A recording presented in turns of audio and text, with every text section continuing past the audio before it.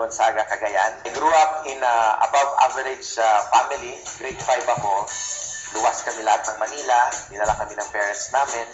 And napakahirap kasi wala kaming mga kamag-anak. Konti lang yung kakilala namin. And then, nag-high school po ako sa St. Paul's Tugigaraw. And nag-college po ako sa Adamson University as a computer engineer. And nag-start po ako sa sales. Nung ako po empleyado, ginagawa ko muna part-time.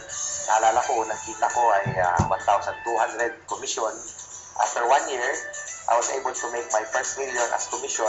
Noong 2005, nagtayo kaming tatlo, itong Alliance in Motion Global.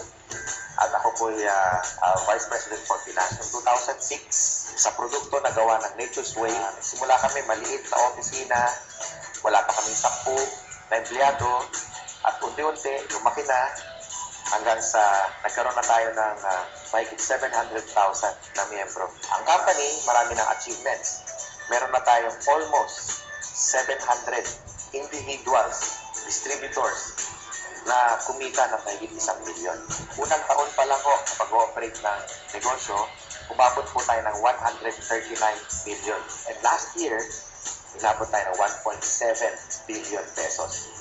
Isa pinagmamalaki kong achievement ng kumpanya na nagtayo kami ng Alive Foundation. Ngayon po, na-establish po natin yung company, legal, moral, ethical, honesty and integridad. Yan po ang sikreto sa negosyo na to kung bakit kami ngayon ay matatag. Sa mga nagsisimulang maging entrepreneur, you have to dream big dreams at huwag mo kayo mag-give up. Kailangan 100% naniniwala kayo na mangyayari. Kailangan may commitment, 100%. Pero naniniwala ako pag nag-enjoy ka, pag mahal mo yung ginagawa mo, hindi mo maramdaman yung pagod.